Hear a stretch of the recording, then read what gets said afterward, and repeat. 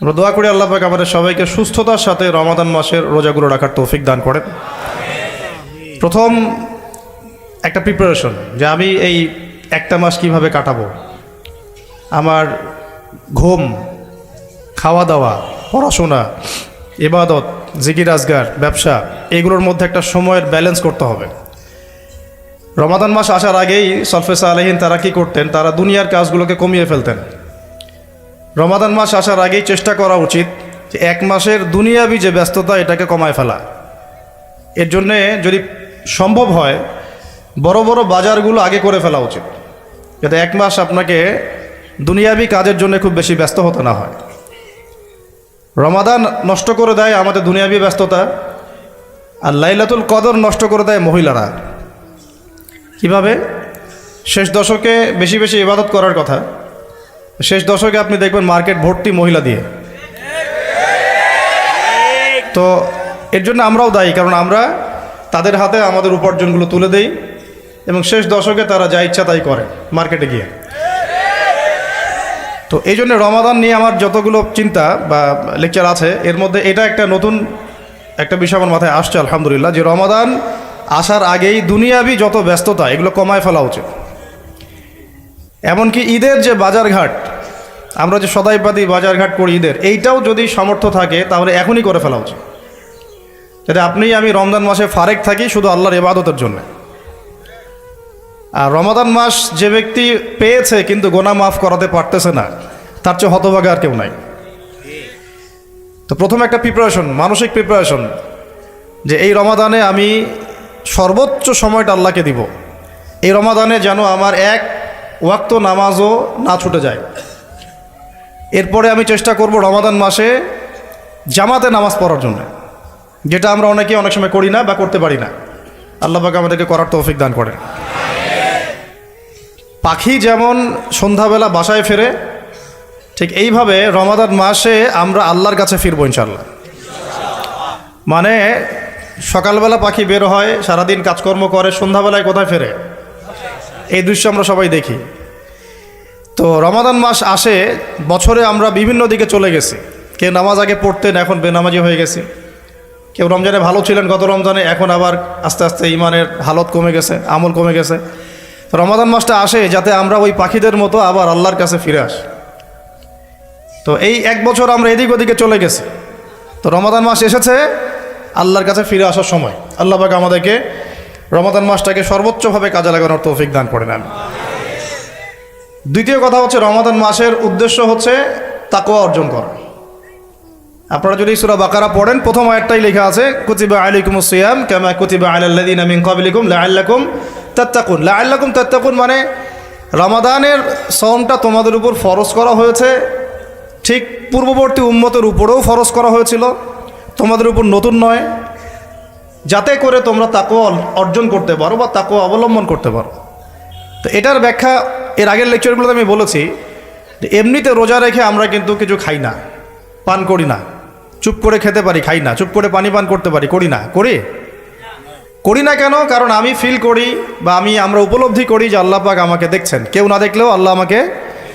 এই উপলব্ধিটাই হচ্ছে আপনার আল্লাহ কনসিয়াসনেস বা তাকওয়ার একটা মানদণ্ড, যেটা আমরা হালাল ছেড়ে দিচ্ছি। খাবার হালাল ছিল, ছেড়ে দিলাম। পানীয় হালাল ছিল, ছেড়ে দিলাম। স্ত্রী সহবাস হালাল ছিল, ছেড়ে দিলাম। শুধু আল্লাহর সন্তুষ্টির জন্য, রেজামন্দির জন্য, যে আল্লাহ পাক আমাকে দেখছেন, এটা করা যাবে না, কারণ আমি এখন সায়েম, রোজা আছে। এই যে চেতনাটা, এই চেতনাটা যদি আমাদের জীবনের অন্যান্য ক্ষেত্রগুলোতেও বাস্তবায়ন করা যায়, তাহলেই লাআল্লাকুম তাত্তাকুন এর হক আদায় হবে ইনশাআল্লাহ। ঠিক ওই চেতনা লাগবে আমার শিক্ষাক্ষেত্রেও। শিক্ষাক্ষেত্রে এমন কোনো শিক্ষা আমি অর্জন করতে পারবো না যেটা আল্লাহর বিরোধী, রাসূলের বিরোধী। কোনো শরীফ থেকে শরীফা চলবে না এখানে। কথা বোঝা যাচ্ছে কি? লাআল্লাকুম তাত্তাকুনের একটু ব্যাখ্যা বুঝি। কেন খাই না কেন? আল্লাহ দেখছেন। কেন পানি পান করি না? এটা ফিল করি তো। কেন স্ত্রী সহবাস করলাম না? আল্লাহ না করেছেন, রোজা ভেঙে যাবে।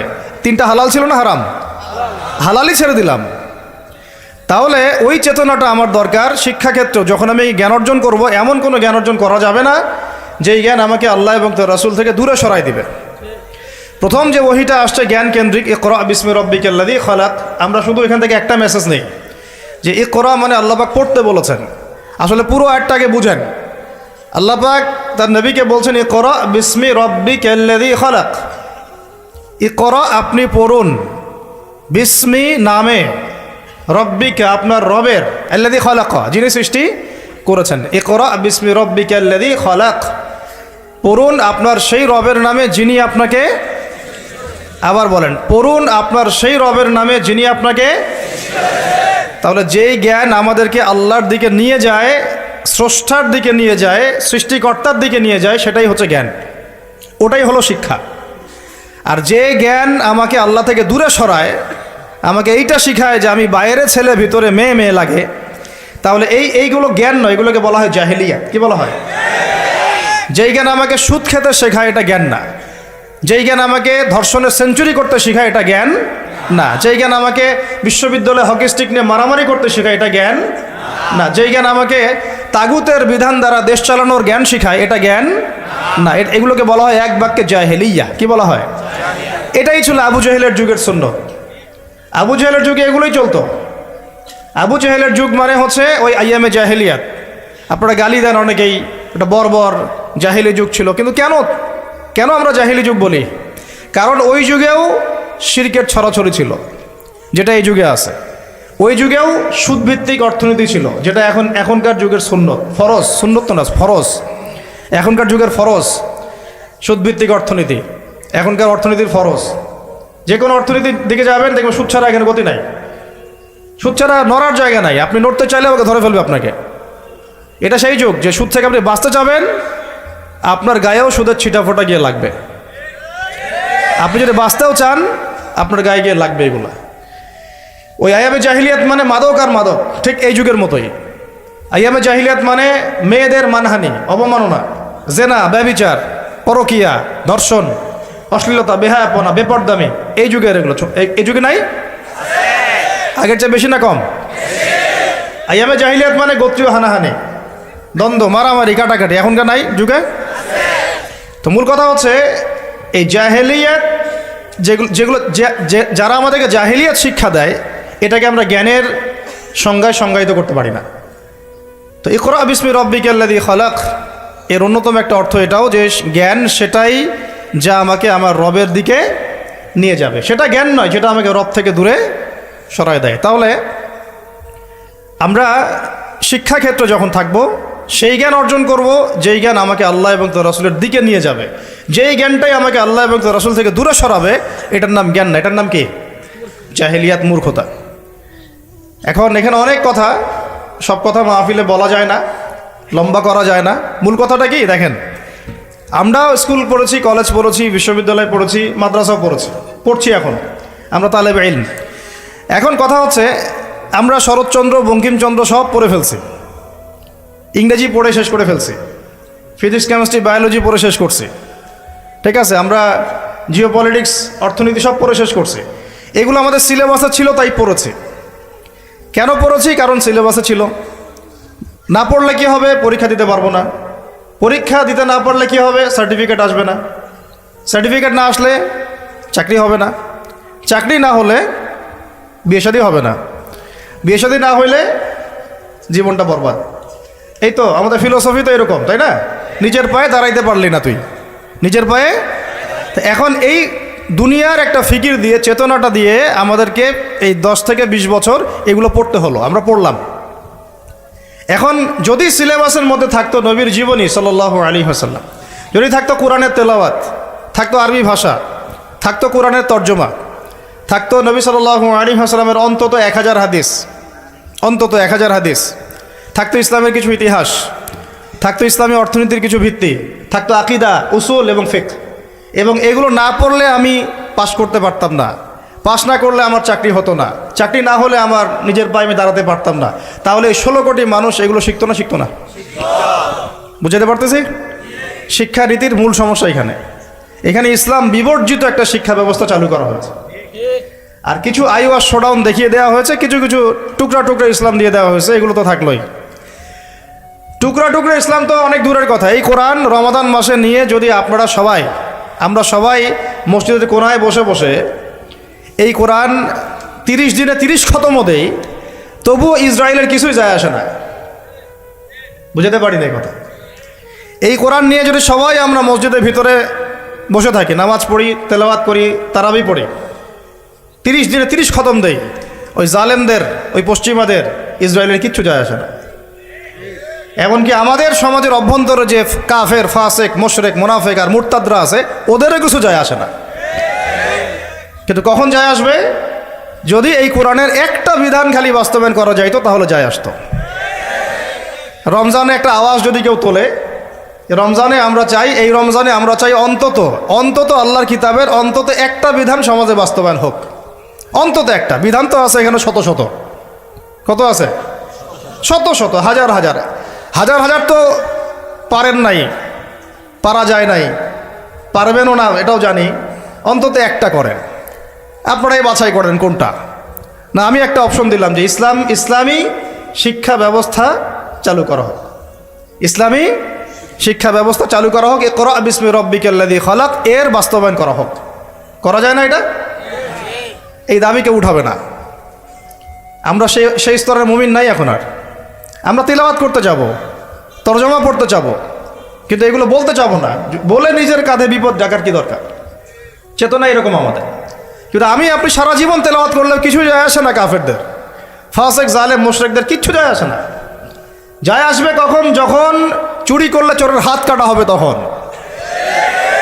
যায় আসবে কখন? যখন কেউ মোরতাদ হয়ে গেলে ইসলামী সরকার তাকে মৃত্যুদণ্ড দিবে, তখন যায় আসবে। জেনা করলে যখন 100 বেত্রাঘাত করা হবে, তখন যায় আসবে। যখন বিবাহিত ব্যক্তি ব্যভিচার করলে রজম করা হবে, তখন যায় আসবে। যখন সমকামীদেরকে পাথর নিক্ষেপ করে থেতলা করে হত্যা করা হবে, তখন যায় আসবে। আর ট্রান্সজেন্ডার তো ওটা বাদ, ওইটা তো সমকামিতারও নিচের স্টেজ। সমকামীদেরকেই নবী সাল্লাল্লাহু আলাইহি ওয়াসাল্লাম বলেছেন, ইযা ওয়াজাদতুমুহুম, উলামায়ে কেরাম তো এখানে অনেকেই আছেন, আমি তাদের সামনে আসলে বক্তব্য দিতেও অনেক সময় খুব শাইফিল করি। ইযা ওয়াজাদতুমুহুম ফাকতুলুল ফাইলা ওয়াল মাফউলা বিহি, যখন তোমরা এদেরকে পাবা, এদেরকে বলতে সমকামী, জেনাকার না, সমকামী মানে যারা হোমোসেক্সুয়াল, এটা তো বোঝেন আপনারা, যারা হোমোসেক্সুয়াল, যারা ছেলে ছেলে জানা করে, মেয়ে মেয়ে জানা করে। ইযা ওয়াজাদতুমুহুম ফাকতুলুল ফাইলা ওয়াল মাফউলা বিহি। হে মুসলিম শাসকরা শোনো, তোমরা যখন এদেরকে পাবা, মুসলমানরা তোমরা যখন এদেরকে পাবা, তাহলে যে করেছে এবং যার সম্মতিতে করা হয়েছে দুটাকে হত্যা করবা। কে বলেছেন? এটা রাসূল সাল্লাল্লাহু আলাইহি ওয়াসাল্লামের কথা, আমাদের কথা না। তিনি অন্য একটা হাদিসে বলছেন, উরজুমুল আ'লা ওয়াল আসফালা মিনহুমা, দুইটার উপরে যে ছিল, নিচে যে ছিল, দুইটাকেই তোমরা রজম করে দিবা। তো এগুলো বাস্তবায়ন করলে তখন যায় আসবে। আপনি রমাদানে কোরআন পড়লেও আসলে আদৌতে গ্লোবাল প্রেক্ষাপটে, বৈশ্বিক প্রেক্ষাপটে জালেমদের, মুশরিকদের, মুনাফিকদের, কুফফারদের কিছু যায় আসে না। কিন্তু অ্যাটলিস্ট শুরুটা হোক কোরআন থেকে। এই বলে আবার পড়াও ছেড়ে দিব এমন তো না, শুরুটা হোক অন্তত কি থেকে? কোরআন থেকে। তাকওয়ার কথা বলতে গিয়ে অনেক ঢুকে যাচ্ছে ভিতরে, আমাকে একটা কনক্লুশনে আসতে হবে। রমাদান যে তাকওয়ার শিক্ষা আমাকে দিচ্ছে রোজা রাখা অবস্থায়, ওই তাকওয়ার শিক্ষাটা আমাকে শিক্ষা ক্ষেত্রেও রাখতে হবে। আমাদের বাচ্চাদেরকে, যে বাচ্চাটাকে দেখে মনে পড়লো, আমাদের বাচ্চাদেরকে এমন কোনো শিক্ষায় শিক্ষিত করা যাবে না, একেবারে হারাম করে ফেলতে হবে নিজেদের উপরে, যে এই বাচ্চারা যদি বড় হয়ে বলে, বাবা আমি তো ছেলে না, আমার মনটা মেয়ে মেয়ে করে। কি ভয়ঙ্কর একটা সমাজ সামনে আসতে যাচ্ছে, আপনারা কি কল্পনা করতে পারতেছেন? এটা জাস্ট একটা টোকা দিয়ে দেখলো মুমিনদের ইমানের কি অবস্থা।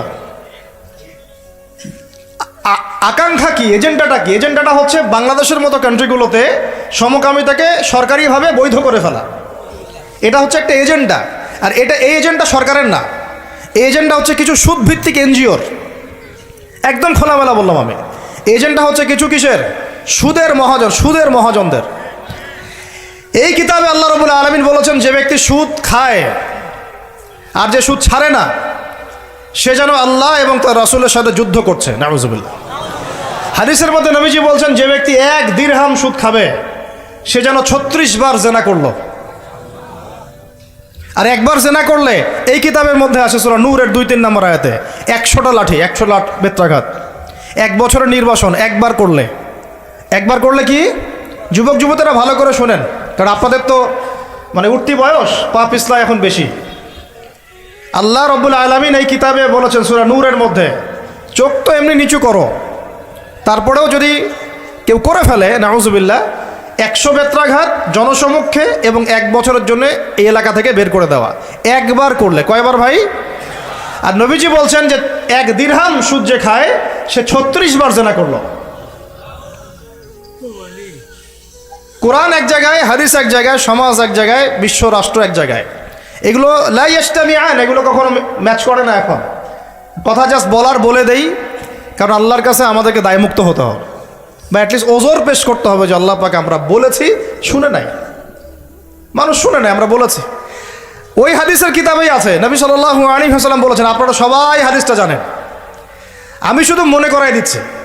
আপনার নবী বলেছেন, মুহাম্মদ সাল্লাল্লাহু আলাইহি ওয়াসাল্লাম বলেন, সাল্লাল্লাহু আলাইহি ওয়াসাল্লাম, যে ব্যক্তি সুদ খায়, সুদের এই 70টা পাপের সবচেয়ে নিচের পাপ, সে যেন তার মাকে বিয়ে করলো। একটু কল্পনার জগতেও কি আপনি চাইতে পারবেন যে আপনি আপনার মায়ের সাথে বিছানায় শুয়ে আছেন? নাউযুবিল্লাহ, আস্তাগফিরুল্লাহ। হ্যাঁ, কখনো কি কল্পনা আসতে পারবে এটা আপনার? বলেন, আমার কথায় মাইন্ড করতেছেন? মানুষকে বুঝাইতে পারি না আমি, এটা আমাদের ব্যর্থতা, আমরা বুঝাইতে পারি না। কিভাবে বললে মানুষ বুঝবে, এটা আমাদেরও বুঝে আসতেছে না। চিন্তার জগতে চোখ বন্ধ করে কি কল্পনা করতে পারবেন যে আপনি আপনার মায়ের সাথে নাউজুবিল্লাহ সেই কাজ করতেছেন যা আপনি আপনার স্ত্রীর সাথে করেন? পারবেন?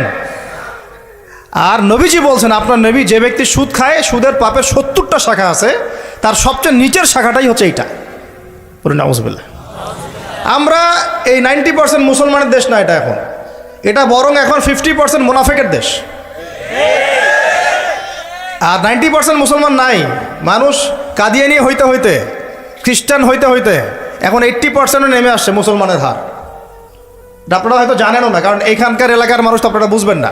পার্বত্য অঞ্চলে যান, বর্ডার এলাকাগুলোতে যান, উত্তরাঞ্চলে যান, দেখবেন বহু মানুষ ইসাই মুসলিম হইতেছে দিন দিন, বহু মানুষ কাদিয়ানি হইতেছে দিন দিন, বহু মানুষ ধর্ম ত্যাগ করে খ্রিস্টান হয়ে যাচ্ছে, গ্রামের পর গ্রাম, অবস্থা ভয়াবহ।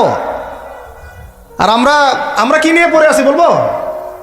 ওই যে জোরে আমিন বলবেন রাস্তে, হ্যাঁ, ওই যে আপনি পায়ে পা লাগাচ্ছেন কিভাবে, গোড়ালি মিলাবেন না কিনি আঙ্গুল মিলাবেন? আপনি হচ্ছে আরেকটা কি, হাত ওঠানো নামানো, হাত বাঁধা না বাঁধা। আমাদের এক ভাই বলেন, উনিও মুফতি মানুষ, উনিও মাশাআল্লাহ অনেক বড় মুফতি বাংলাদেশের। উনি বলেন যে ভাই, আমার একটা জিনিস বুঝে আসে না, মানুষ তর্ক করতেছে, আমিন জোরে বললো না আস্তে বললো, তা আমি আমিন বলিই নাই ভাই, আমি জোরেও বলি নাই আস্তেও বলি নাই। এখন কেউ আছে পৃথিবীতে, কেউ আছে জন্ম নিয়েছে যে আমাকে ফিকহের উসুল থেকে প্রমাণ করে দিবে যে আমার নামাজটা হয় নাই? উস্তাদ বলেন আপনারা, ফিকহের উসুল থেকে কেউ প্রমাণ করে দিতে পারবে যে আমার নামাজটা হয় না? আমি কিন্তু আমিন বলিই নাই। আপনারা তর্ক করতেছেন কি নিয়ে, জোরে না আস্তে নিয়ে? আমি বলিই নাই ভাই আমিন, আমার নামাজ কি বাতিল হয়ে যাবে? চিন্তা করছেন যে বিশ্ব কোন জায়গায়, রাষ্ট্র কোন জায়গায়, সমাজ কোন জায়গায়, ফিতনা কত গভীরে, আর আমরা কি নিয়ে পড়ে আছি? মানুষকে এগুলোতে ব্যস্ত রাখার জন্য কিছু মানুষ ইচ্ছাকৃতভাবে পিছনে লাগিয়ে দেওয়া আছে মুসলমানদের মাঝে বিভক্তি লাগানোর জন্য। এটা একটা সূক্ষ্ম এজেন্ডা, আপনারা বুঝতে পারতেছেন না।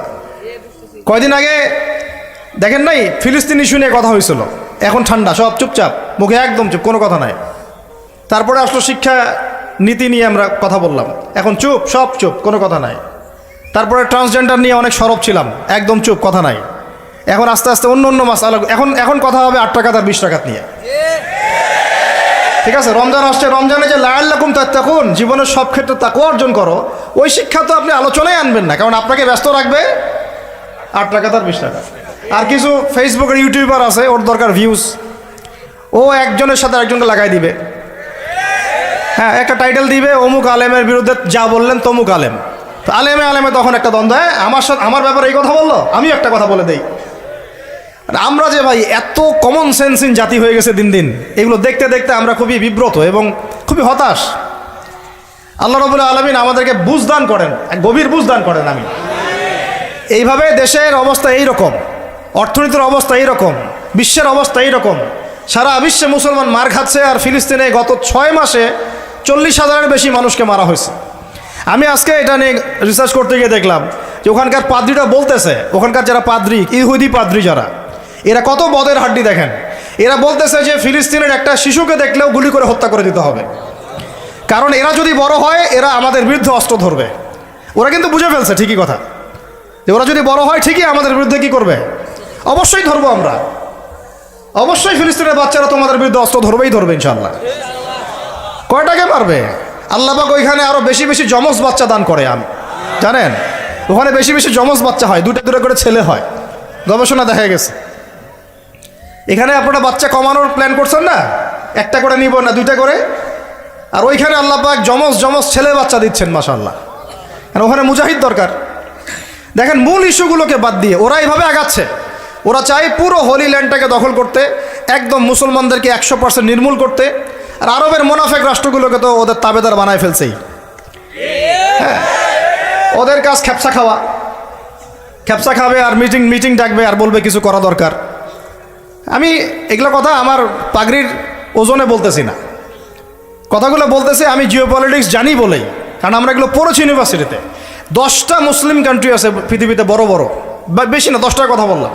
এই 10টা কান্ট্রি যদি একসাথে হয়, এদের সামরিক সৈন্যের সংখ্যা, অস্ত্রের সংখ্যা, আপনার ওই রাষ্ট্রের মজুতকৃত গ্যাস এবং তেলের পরিমাণ, জিডিপি, এগুলো ওই পশ্চিমা বিশ্বের 25টা কান্ট্রি একসাথে হইলেও পারবে না। কিন্তু আল্লাহু আকবার, কিন্তু এই 10টা কান্ট্রিকে আপনি একসাথে বসাইতে পারবেন না। এখন পর্যন্ত একসাথে একটা ফোর্স গঠন করতে পারলো না, ইহুদির বিরুদ্ধে কোনো ব্যবস্থা নিতে পারলো না, কোনো চাপ প্রয়োগ করতে পারলো না, ইভেন পণ্যটুকু বয়কট করতে পারলো না, গ্যাস বন্ধ করতে পারলো না, তেল সাপ্লাই বন্ধ করতে পারলো না। এখন পর্যন্ত বাণিজ্যগুলো সব চলতেই আছে। আর আমরা তো মাশাআল্লাহ পড়ে আছি বাংলাদেশের মানুষ, আমিন, ফাতিহা, সূরা ফাতিহা, আমিন, জানাজার নামাজ, রফুলিয়া দেন পায়ে পা, আর কি 8 টাকা 20 টাকা, ব্যাস। আমাদের তো ভাই দিন এইটুকুই। আর এইটুকু ঠিক না হলে আমার আকীদা সহি হচ্ছে না, তাই না বিষয়টা? এইটুকে তার মনের মতো ফতোয়ায় না যেতে পারলে আমার আকীদা সহি না। যতক্ষণ পর্যন্ত ওর মনের মতো, ওর ফিকহি আমি না বুঝতে পারতেছি, ততক্ষণ পর্যন্ত আমার আকীদাও ঠিক হয় নাই। সুবহানাল্লাহ। এই হলো অবস্থা আমাদের। তো ফিকহের ক্ষেত্রে এইরকম সংকীর্ণ মানুষরা যখন হাদিস, উসুলে হাদিস, আকীদা, উসুলে ফিকহের মতো দায়িত্ব নিয়েছে, তখন তো দিনের এই অবস্থা হবে। ফেসবুক, ইউটিউব বন্ধ করেন, পত্রিকা পড়েন, বিশ্বের মিডিয়াগুলো রিসার্চ করেন। আর এখনকার বিশ্বের বড় বড় মিডিয়াগুলো কিন্তু ওরা নিয়ন্ত্রণ করে। তাই আমাকে ভালো করে অ্যানালাইসিস করতে হবে কোন মিডিয়া থেকে আপনি তথ্য নিচ্ছেন। ওরা যদি আমার একটা মূলনীতি মেনে চলেন, পশ্চিমারা যদি কাউকে বলে এ মিথ্যাবাদী, ধরে নেবেন সে সত্যবাদী। বুঝতে পারেন এই কথা? ওরা যদি কাউকে বলে অমুক মুসলিম সন্ত্রাসী, বুঝে নেবেন এই মুসলিম জান্নাতে যাইতে পারে ইনশাল্লাহ। ওরা যদি কোনো মুসলমানকে বলে এটা মৌলবাদী, বুঝবেন এরাই পাক্কা মুসলমান। ওরা যদি কোনো দেশকে বলে এটা মোল্লা, বুঝবেন এরাই পাক্কা মুসলমান। মানে এটা সেই যুগ যে সত্যকে মানুষ মিথ্যা বানাবে আর মিথ্যাকে কি করবে, সত্য বানাবে। এটা কিতাবুল ফিতান পড়েন, বুঝবেন। এদেরকে আমি এইভাবে মানদণ্ডে রেখে দিয়েছি। যদি বলে অমুক খারাপ, বুঝবেন ভালো না, ও ভালো। যদি বলে অমুক শান্তিতে নোবেল পাইছে, বুঝবেন এ বেটা বদের হাড্ডি। কথা বুঝতে পারছেন? ওই যে মিয়ানমারের একজন রেডি ছিল নোবেল, মনে আছে? হাজার হাজার মানুষরা মারলো, ওরে দিল শান্তিতে নোবেল। কি বুঝেন নাই? 1000টা মানুষকে মারার পরে ওকে দিল কিসে নোবেল?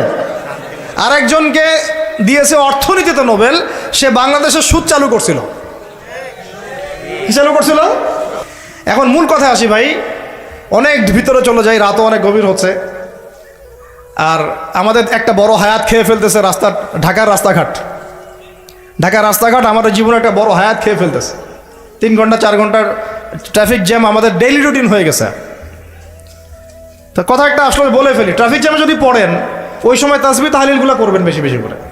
ওই সময় বসে বসে 1 পারা কোরআন তেলাওয়াত করে ফেলবেন, একটা লেকচার রেডি করে ফেলবেন, একটা বই পড়ে ফেলবেন, সময়টা কাজে লাগাবেন। আজকে ট্রাফিক জ্যামে বসে আমি যা দেখলাম, আপনাদের শুনলে চোখ ছানা বাড়া হয়ে যাবে। ট্রাফিক জ্যামে গাড়ির ভিতরে গান ছেড়ে দিয়ে নাচানাচি করতেছে। মানুষের কি অবস্থা! আমি বলি না, এমনি বলি না যে Dhaka the city of Akhiruzzaman. এখানে এমন কোনো পাপ নাই যেটা হচ্ছে না, এমন কোনো পাপ নাই। সুদ চরমে, সুদ, ঘুষ চরমে, দুর্নীতি চরমে, ক্ষমতার একটু দাপট আছে, একদম মাজলুমের উপর যা জুলুম হচ্ছে, জুলুম করতে কেউ বাদ রাখি না। এমনকি দেখা যায় রাস্তার যে মিসকিন ফকির, ওরাও বিশ্বাস করা যায় না ওকে টাকা দেওয়া যাবে কি যাবে না। হিজড়া ছিল না, অপারেশন করে হিজড়া হয়েছে, যাতে সারা জীবন কোনো কাজ করা না লাগে। তারপরে আপনাকে এসে বলবে হাত নাই, ভিতরে একটা হাত আছে, আপনি দেখতে পারতেছেন না। পা ইচ্ছা করে একটা অপারেশন করছে, যাতে সারা জীবন একটু খরায় খরায় হাঁটতে হয়, কোনো কাজ করা না লাগে। আমি এমনও দেখছি একটা বাচ্চাকে নিয়ে শোয়া রাখছে রোদের মধ্যে। আমি গিয়ে বললাম যে কী হয়েছে বাচ্চার? বলে অসুস্থ। তো মায়া দয়া করে আমরা তো কিছু দান করে দিয়ে আসলাম। পরে আমাকে আরেক ভাই বলতেছে, ভাই আপনি কি করলেন এটা? কেন, কি হয়েছে? কি করবে জানেন, এই বাচ্চা তো অসুস্থ না, এই বাচ্চাকে ঘুমের ওষুধ খাওয়াইছে। ওই বাচ্চারে ঘুমের ওষুধ খাওয়াইছে, রোদে শোয়ায় রাখছে, মানুষকে দেখাবে অসুস্থ, টাকা দেন। টাকা নিয়ে ওটা যে টাকাটা দিন শেষে হবে এর একটা অংশ দিবে ওই বাচ্চার বাপকে আর মাকে, ওই বাচ্চা তার নিজেরও না। বুঝতে পারলাম বিষয়টা? এত বুদ্ধি বাঙালির মাথায়, সুবহানাল্লাহ। তো এই ঢাকা শহর থেকে সবচেয়ে আগে বিদায় নিয়েছে বিশ্বাস, তারপর বিদায় নিয়ে চলে গেছে আমানতদারিতা। উপর থেকে নিচ পর্যন্ত খালি খেয়ানত আর খেয়ানত, যেখানে যাবেন খালি খেয়ানত। এখানে অমুক এতটুকু না দিলে কাজ হয় না, ওই টেবিলে তল দিয়ে এতটুকু না দিলে কাজ হয় না, ফাইল নড়ে না, কাজ হয় না। আর এখানে এইসব জায়গায় এমন কিছু মানুষকে বসানো হয়েছে, সুবহানাল্লাহ, দাড়ি টুপি পাগড়ি জুব্বা দেখলেই ওদের মনে চুলকানি শুরু হয়ে যায়, চুলকানি শুরু হয়ে যায়। আমাদের মতো মানুষদেরকেও দেখা যায়, আমাদের মতো মানুষদের স্ত্রীরা যখন যায় কোনো কাজে, জরুরি কোনো কাজ, ধর এনআইডি কার্ড করতে হবে ইত্যাদি ইত্যাদি, মানে পারলে বোরখাটা খুলে দেখবে কি আছে ভিতরে। এত ছোট লোক, এত ছোট লোক, তো সুযোগ পাইলে হাতছাড়া করতে চায় না। পরে আমরা যখন গিয়ে চার্জ করি তখন বলে হুজুর ভুল হয়ে গেছে, মাফ করে দেন। মানে মগের মূল্য পাইছে অনেকে, তবে এইসব মগের মূল্য বেশি দিন টিকবে না ইনশাল্লাহ। বেশি না, অপেক্ষা করতে থাকেন। সময় যেভাবে সামনে যাচ্ছে, আল মাহদি আসার সময় হয়ে গেছে ইনশাল্লাহ। বেশি দিন নাই, কতদিন আল্লাহ ভালো জানেন, আমরা বলতে পারবো না। কিন্তু পরিস্থিতি যা বুঝতেছি, 100 বছর হয়ে গেছে খেলাফত হারানোর। কত বছর? আর প্রত্যেক 100 বছর পর পর বিশ্বে বড় কিছু হয়। এটা একটা আল্লাহ রাব্বুল আলামিনের দেয়া একটা সুন্নাহ। 100 বছর পর পর বড় কিছু হয়, খেয়াল করে দেখবেন, আপনার ইতিহাস পড়ে দেখেন। যাই হোক ভাই, অনেক ডিপে না যাই। তাকওয়া শুধুমাত্র আমার রোজা রাখায় না, আমাকে শিক্ষা নীতি যেটা অবলম্বন করব সেখানেও তাকওয়ার পরিচয় দেওয়া লাগবে। এমন শিক্ষা শিখবো না যে শিক্ষা আমাকে আল্লাহ থেকে দূরে সরায়, নবী থেকে দূরে সরায়। এখানেই কথা বলতে গিয়ে এখানে চলে আসছিলাম যে ভাই, আল্লাহর ওয়াস্তে রোজা রেখে আমরা কেউ সুদ না খাই। রাজি আছেন তো ইনশাল্লাহ? কোনো দুর্নীতি না করি, কোনো ঘুষ না খাই, কোনো রকমের খারাপ কাজে লিপ্ত না হই, কবিরা গুনাহগুলো ছেড়ে দেই, ফাহেসা কাজগুলো ছেড়ে দেই, যে অনর্থক যেগুলো কাজ এগুলোতে কোনো ফায়দা নেই ছেড়ে দেই। আল্লাহ পাক আমাদেরকে রোজা রাখার মতো রাখার তৌফিক দান করেন। এমন শিক্ষা ক্ষেত্রে আপনি তাকওয়া অবলম্বন করলেন, আল্লাহকে ভয় করলেন, আমি এমন শিক্ষা শিখবো না যেটা আল্লাহ নিষেধ করছেন, নবী নিষেধ করছেন। এখন আপনি চলে গেলেন আপনার এই পারিবারিক জীবনে। পারিবারিক জীবনে গিয়ে কি তাকওয়ার পরিচয় দেওয়ার দরকার নাই? নাকি হলে নামাজ, রোজা, হজ, যাকাত আর তাসবিহ তাহলিলের মধ্যেই তাকওয়া, পরিবারের মধ্যে তাকওয়া থাকবে না? তাহলে আমাকে একটা উত্তর দেন যে আমার পরিবারে আমি বাবা, আমার ছেলে নামাজ কেমন করে পড়ে না, কিভাবে? এখানে তাকওয়া থাকলো না থাকলো না? আমার পরিবারে আমি কর্তা, আমার পরিবারের লোকজন নামাজ পড়ে না, তাহলে এটা কি তাকওয়ার পরিচয় হইল? আমার পরিবারে আমি তাহাজ্জুদ গুজার আর নাউজুবিল্লাহ আমার বোন, আমার মেয়ে বেপর্দায় বাইরে চলে, তাকওয়ার পরিচয় হইল? আমার পরিবারে আমি কর্তা, নামাজ পড়ি, রোজা রাখি, মাশাআল্লাহ, হজ করছি আমি, মাশাআল্লাহ, জাকাতও দেই, ওমরাও করি বছর বছর, কিন্তু আমার পরিবারে হারাম টাকা ঢুকতেছে, এটা কি তাকওয়া হইল? আমার পরিবারে সুদ ঢুকতেছে, তাকওয়া হইল? আমার পরিবারে ভিসিআর, সিডি, ডিভিডি, এই যে ইন্টারনেট সেকশন, স্টার জলসা, জি বাংলা, অমুক তমুক সব চলতে আছে, এটা কি তাকওয়ার পরিচয় হইল? আমার পরিবারের মধ্যে আমার ছেলেমেয়েরা কিশোর গ্যাংয়ে যোগ দিচ্ছে, তাকওয়ার পরিচয় হইল? টিকটক জেনারেশন হয়ে গেল, এটা কি তাকওয়ার পরিচয় হইল? আমার পরিবারে সংস্কৃতি পশ্চিমাদের থেকে ধার করে নিচ্ছি, পোশাক আশাক, চলাফেরা, খাওয়া দাওয়া, ওঠা বসা সব ওদের আদলে, এটা কি তাকওয়ার পরিচয় হইল? তাহলে আল্লাহর ওয়াস্তে ভাই, লাআল্লাকুম তাত্তাকুন, এটা পরিবারেও বাস্তবায়ন করার চেষ্টা করেন, আল্লাহ পাক তৌফিক দান করেন। কিভাবে করব? পরিবারে প্রত্যেক সদস্যকে নামাজি হইতেই হবে, মাস্ট। নামাজ নাই ইসলাম নাই, সোজা কথা। নামাজ নাই ওর ভাত বন্ধ, নামাজ নাই ওর খরচাপাতি দেওয়া বন্ধ, নামাজ নাই আমার ছেলের সাথে আমার কোনো সম্পর্ক নাই, নামাজ নাই আমার মেয়ের সাথে আমার কোনো আতাত পীড়িত নাই, নামাজ নাই আমার স্ত্রীর সাথে আমার কোনো ওঠা বসা চলাফেরা নাই। একদম কঠোর হয়ে যান। পরিবার, আপনি কর্তা, আপনার এক কথায় পরিবার চলবে, এক কথায় উঠবে, এক কথায় বসবে ইনশাআল্লাহ। পরিবারে কর্তা আপনি, এক কথায় পরিবার উঠবে, এক কথায় বসবে। আমি আমার স্ত্রীকে পর্দায় রাখবো, কোনো মায়ের বেটার ক্ষমতা আছে ওকে বেপর্দায় বাইরে বের করবে? ও যদি বের হয় ওর সাথে আমি সম্পর্কই রাখবো না, তালাক দিয়ে রেখে দিব, শেষ শেষ কথা, খালাস, কুল্লু খালাস, এখানে শেষ, একদম সোজা মাসালা, কোনো দরকার নাই। এগুলো করতে গেলে কি হবে জানেন, লাই দিতে দিতে দিতে দিতে একদিন দেখবেন যে পরিবার গেছে আল্লাহর থেকে দূরে চলে গেছে। আপনি আর আমি আল্লাহ না করুক দুনিয়াতে নাই, আপনার জন্য দোয়া করারও কোনো মানুষ নাই, এবং আল্লাহর কাছে আপনাকে দ্বারা হিসেব দেওয়া লাগতেছে। কারণ কু আনফুসাকুম ওয়া আহলিকুম নার, আল্লাহ পাক আগেই বলে দিয়েছেন। সূরা তাহরিম খোলেন, 6 নম্বর একটা পড়েন, আল্লাহ পাক বলছেন ইয়া আইয়ুহাল্লাযীনা আমানু কু আনফুসাকুম, নিজে বাঁচো জাহান্নামের আগুন থেকে, ওয়া আহলিকুম নার, তোমার পরিবারকে জাহান্নামের আগুন থেকে বাঁচাও। তাহলে তাকওয়ার শিক্ষাটাকে শুধু এই 24 ঘন্টা রোজার মধ্যেই রাখবো, না আমার শিক্ষা পরিবারের মধ্যেও থাকবে? থাকবে তো ইনশাআল্লাহ? পরিবারের সবাই 5 ওয়াক্ত নামাজি হবে তো ইনশাআল্লাহ? পরিবারে কেউ বেপর্দায় চলবে? কোনো সুযোগ দিবেন? পরিবারে বরং কোরআন শিক্ষা বাধ্যতামূলক করবেন। পরিবারে প্রত্যেক সদস্যের কোরআন শিক্ষা বাধ্যতামূলক। এখানে কি সরকার এসে ধরে নিয়ে যাবে আপনাকে? কেউ মামলা দিবে? পরিবারে বাধ্যতামূলক। আমার পরিবারের মধ্যে কোনো প্রকার ওই বাহিরের সংস্কৃতি চলবে না, ইসলামী সংস্কৃতি চলবে। আমার পরিবারে কোনো রকম ছিটাফোটাও রিজিক হারাম ঢুকবে না। তা আমরা পরিবারের মধ্যে কি হারাম ঢুকাবো ভাই?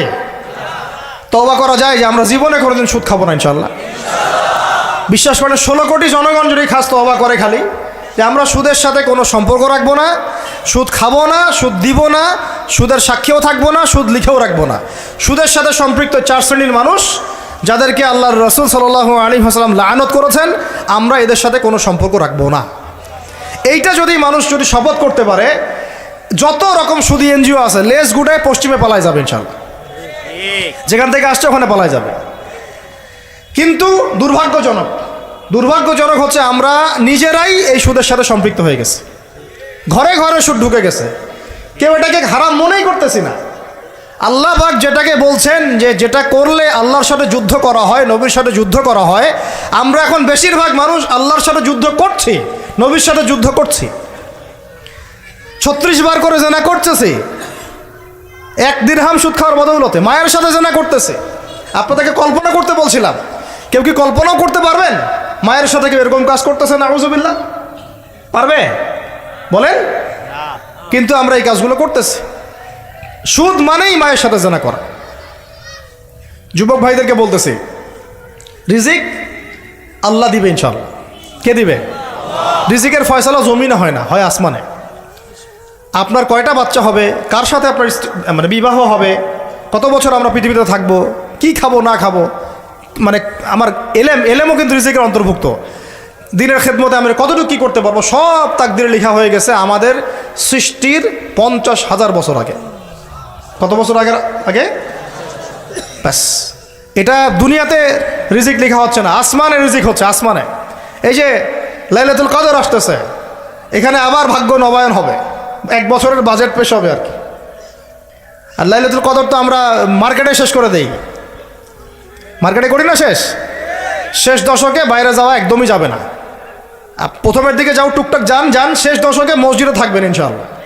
বেশি সময় পারলে ইতিকাফ করবো, না পারলেও বেশি সময় মসজিদে থাকবো ইনশাআল্লাহ। আর 21, 23, 25, 27, 29 এই 5টা রাত কমপক্ষে জাগতে হবে ইনশাআল্লাহ। রাজি আছি ইনশাআল্লাহ? প্রিয় ভাইরা, লাআল্লাকুম তাত্তাকুনের শিক্ষা শুধুমাত্র আমার রোজার মধ্যে না, আমার শিক্ষার মধ্যেও থাকবে, আমার পরিবারে থাকবে, আমার অর্থনীতির মধ্যেও থাকবে। এই ব্যবসায়ী ভাইদেরকে সতর্ক করতেছি, শোনেন, ব্যবসা অনেক জটিল, অনেক কঠিন। ইসলাম মেনে ব্যবসা করা অনেক কঠিন। আমরা তো মনে করি যে চাকরি চাইতে দ্রুত মনে একটা ব্যবসা করতে পারলেই আমি সেফ থাকলাম। সৎ ব্যবসায়ী যেমন নবীদের সাথে সিদ্দিকদের সাথে হাসর করবে, সেটা ঠিক আছে। ব্যবসায় তাকওয়া, আমানত, ইনসাফ বজায় রাখাটা এত সহজ না।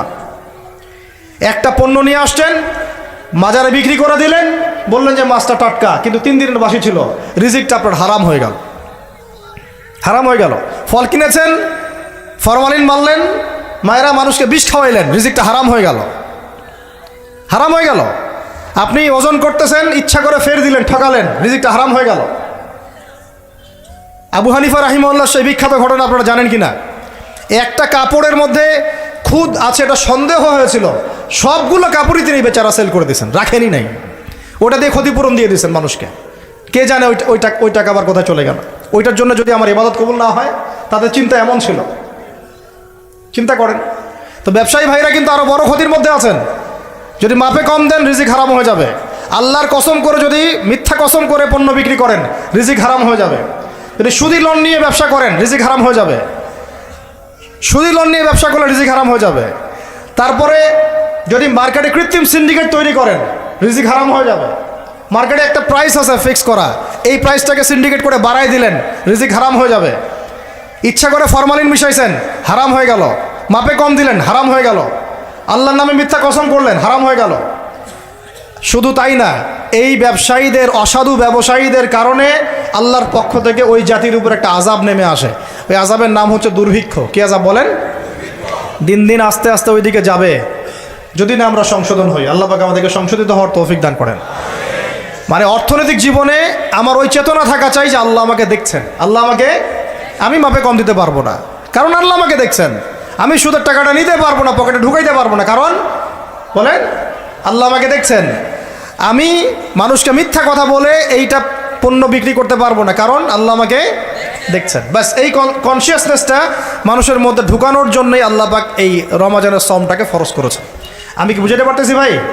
আচ্ছা, শেষ করে দিচ্ছি, আর লম্বা করবো না বেশি, আর 2-4টা পয়েন্ট আলোচনা করে শেষ করি। শুনেন, এবার কয়টা দিক বললাম? ব্যক্তি জীবনে তাকওয়া বজায় রাখবো, বলি আমিন। শিক্ষা জীবনে তার তাকওয়া বজায় রাখবো, বলি আমিন।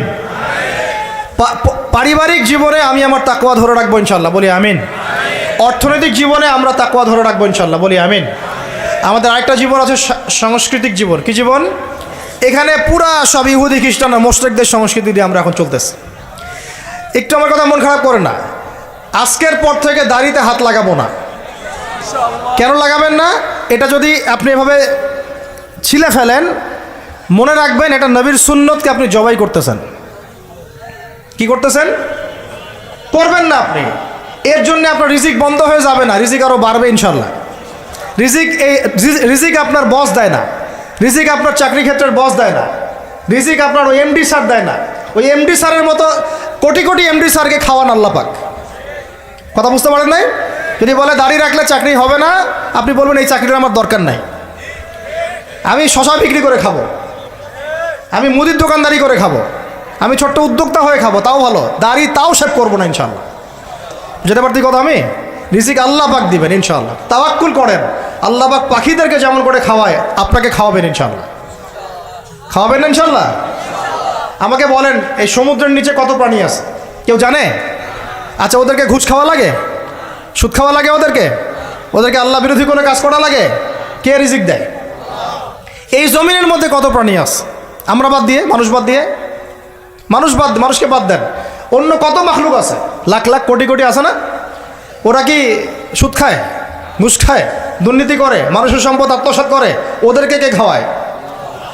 শুধু মানুষ আর জিন, এই দুইটা জাতি আছে যারা নিজেদেরকে মনে করে আমরাই রিজিকের মালিক। নাউজুবিল্লাহ। না মনে করলে তো আপনি ভয় করতেন না, আপনি মনে করতেছেন ভিতর থেকে যে আমি যদি এটা রাখি তাহলে আমার চাকরি চলে যাবে গা, আর চাকরি চলে গেলে আমার তো আর বউ বাচ্চা খাইতে পারবে না। মানে বউ বাচ্চার খাওয়ারের দায়িত্ব মনে হয় আপনার নিজের। মনে করেন আল্লাহ না করুক, কথার কথা, মনে করেন আল্লাহ না করুক যে বাংলাদেশে বড় কিছু হয়ে গেছে, বাংলাদেশ থেকে ধরেন 5 কোটি মানুষ নাই, গায়ে হইতে পারে না? পারে না। ওই যে যারা ওখানে 5 তলা 6 তলায় গিয়েছিল খাবার খাইতে, ওরা কি জানতো যে এরপরে এখানে পুরো মরতে হবে? জানতো? তো হঠাৎ করে আল্লাহর গজব আসতে পারে না? আর গজব ডাকার তো সব পদ্ধতি আমরা এখন অবলম্বন করে ফেলছি। গজব আসে শিরকের কারণে, শিরক দিয়ে ভর্তি হয়ে গেছে। গজব আসে হচ্ছে সুদের কারণে, সুদ দিয়ে ভর্তি হয়ে গেছে। গজব আসে হচ্ছে বেহায়াপনার কারণে, বেলাল্লাপনা, বেহায়াপনা, মানে পর্নোগ্রাফি, জেনা, ব্যভিচার ভর্তি হয় নাই? মেয়েরা ছেলেদের পোশাক পরে হাঁটতেছে রাস্তাঘাটে, ঘুরতেছে না? হায়া লজ্জা সব উঠে গেছে। তারপরে গান বাজনা, বাদ্যযন্ত্র, এটা গজব নাজিলের কারণ। বাড়ছে না? কিছু বলতে গেলে আপনাকে শাসাই দিবে উল্টা, আপনাকে শাসাই দিবে, এইরকম একটা অবস্থা। তারপর একটা হচ্ছে গজব নাজিল হওয়ার, সেটা মাপে কম দেওয়া, ওই কমে শোয়াইবের মতো মানুষের সম্পদ অন্যায়ভাবে ঠকায় খাইতো। এগুলো আমরা করি না? মানে শিরক, কুফরি, কেবর, অহংকার, জেনা, ব্যভিচার, মদ পান, সুদ, এগুলো আমাদের মধ্যে ছড়াই গেছে না যায় নাই? এমনকি সমকামিতাও তো ছড়াইছে, ছড়াই নাই? এখন আবার লিঙ্গ পরিবর্তন করে মানুষ ট্রান্সজেন্ডার হইতাছে ইত্যাদি ইত্যাদি, নাউজুবিল্লাহ। আর আল্লাহ পাকের বিধান, কোরআন বাদ দিয়ে তো তাগুতি বিধান চলতেই আছে না? তো এগুলোতে আল্লাহ পাকের শাস্তি কত কাছে মনে হয় আপনাদের? যে কোনো সময় আসতে পারে না? ওইটাই বলছিলাম, মনে করেন যে বাংলাদেশের 5 কোটি মানুষ নাই, ভূমিকম্পে ধ্বংস হয়ে গেছে, অথবা মনে করেন গজবে ধ্বংস হয়েছে, অথবা অন্য কিছু, নাউজুবিল্লাহ। আল্লাহ পাক আমাদেরকে মাফ করেন, আমি। এখন ওই 5 কোটি মানুষের পরবর্তী প্রজন্ম, মানে বাল বাচ্চা কাচ্চা যারা আছে, এদের জীবন চক্র থেমে যাবে না চলতে থাকবে? বলেন, পৃথিবীর ঘূর্ণন থেমে যাবে না চলতে থাকবে? সময় থেমে যাবে না চলতে থাকবে? তাহলে আমরা কেন চিন্তা করি যে আমরা ছাড়া আমাদের পরিবার চলবে না? হ্যাঁ, আমরা এই হারাম চাকরি না করলে আমার পরিবার খাইতে পারবে না, আমি সুদ না খাইলে আমার পরিবার চলবে না, আমি সমিতিতে নাম না লেখাইলে আমার বাল বাচ্চার বেতন দিতে পারবো না। কেন চিন্তা করি এভাবে? আমার কথায় কি যুক্তি আছে না নাই? একটু হলেও তো আছে নাকি? আমরা যদি কেউ না থাকি আমাদের পরিবার চলবে না? চলবে। আমার আব্বা মারা গেছেন আমার বয়স যখন 5.5 কি 6 বছর, আমার ঠিক মনেও নাই স্মৃতিতে, 5.5 কি 6 বছর, এরকম অনেকেই আছেন।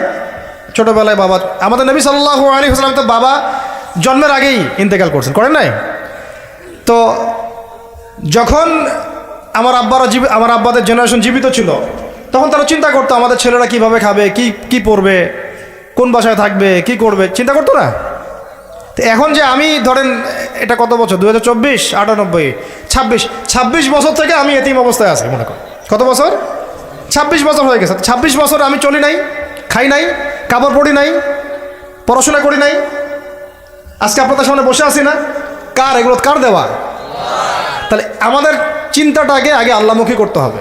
রমজান এই চিন্তাগুলো দেওয়ার জন্যই আসে, যে আল্লাহ কনসিয়াসনেস, তাকওয়া মনের মধ্যে ঢুকানো, যে আল্লাহ আছেন আমার সাথে, আল্লাহ আমাকে দেখছেন, আমার কথা শুনছেন, আমার জীবনের সবগুলো ডিপার্টমেন্ট আমি আল্লাহ ভীতি দিয়ে ঢেলে সাজাবো ইনশাআল্লাহ। তাহলে আল্লাহ পাক বেহিসাব রিজিক দেবেন ইনশাআল্লাহ, বেহিসাব ইনশাআল্লাহ। তো যেটা বলছিলাম, আর 2টা পয়েন্ট বলে শেষ করতেছি। ভাই, আমরা যে সাংস্কৃতিক অঙ্গনে যখন যাব, এখানে আল্লাহ ভীতির পরিচয় দেওয়া লাগবে।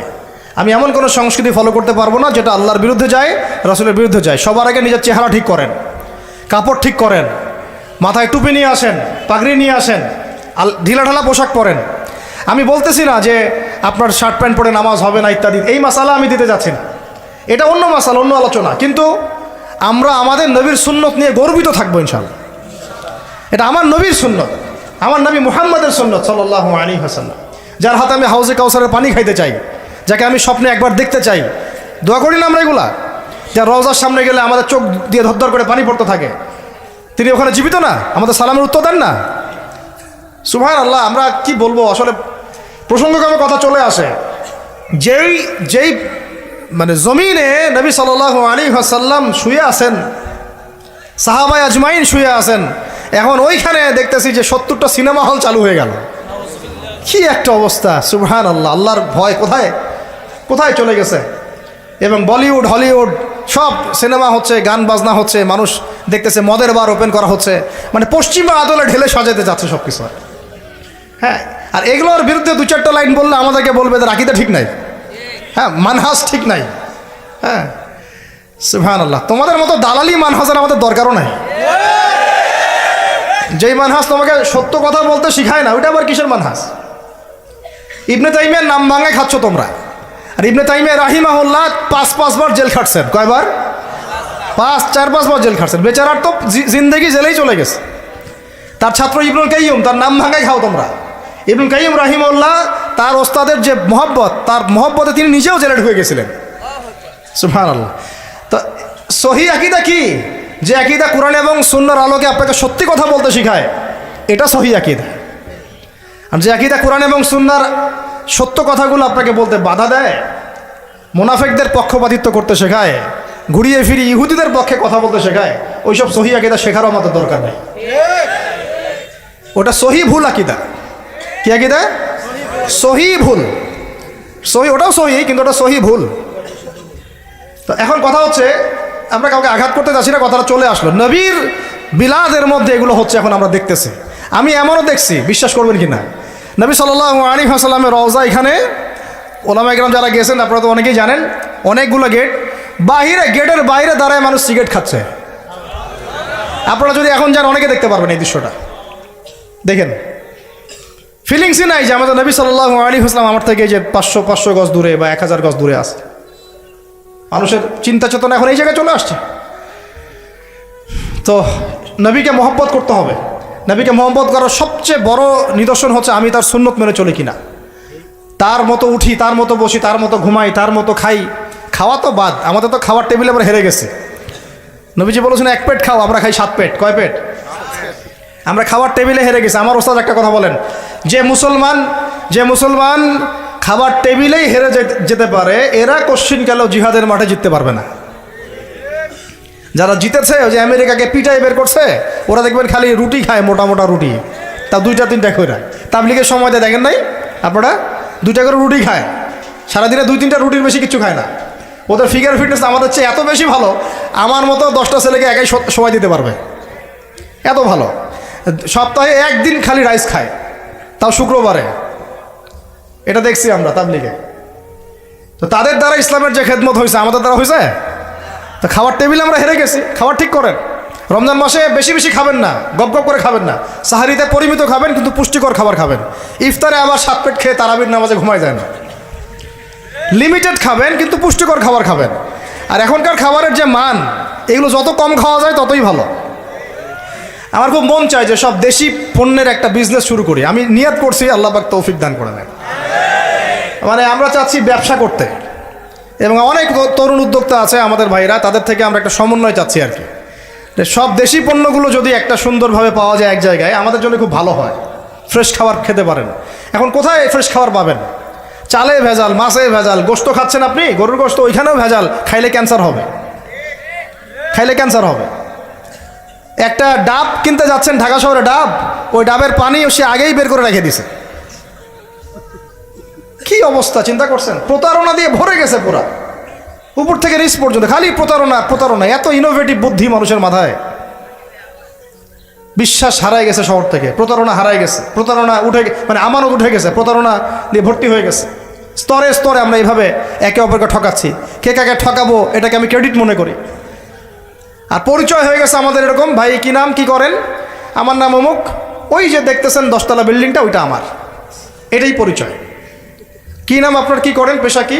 ওই যে অমুক জায়গায় একটা সোসাইটি আছে, ওই সোসাইটিতে একটা ফ্ল্যাট আছে আমার। এটা পরিচয়, এটাই পরিচয়।